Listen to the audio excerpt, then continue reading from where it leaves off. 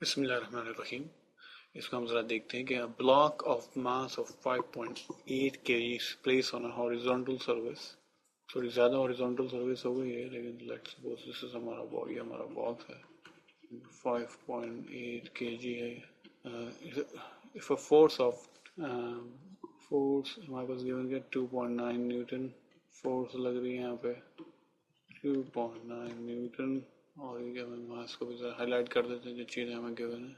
is applied parallel to the surface, how much acceleration will be produced in it, how much time will be taken। जो मालूम करना है वो क्या है हमारे पास, हमें acceleration मालूम करना है।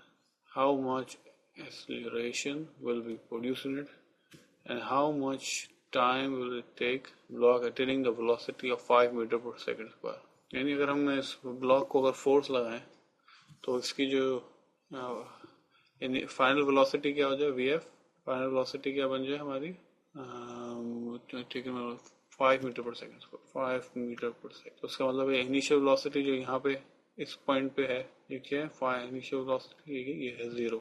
और फिर हमें क्या मालूम करना है, how much time it will take. तो इस पूरे वक्त में कितना टाइम लगा ये भी हमें मालूम करना है।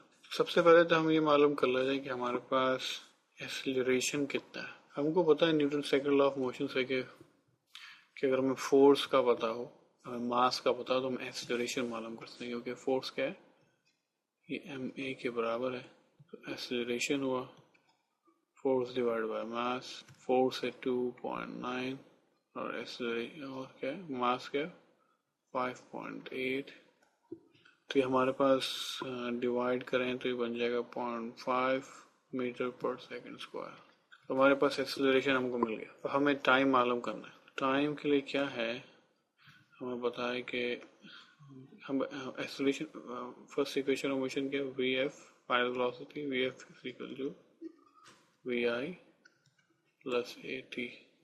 क्योंकि हमको टी मालूम करना है तो V F minus V I को उधर ले गया, माइनस हो जाएगा वी आई और एक्सेलरेशन ऐसे ए टी।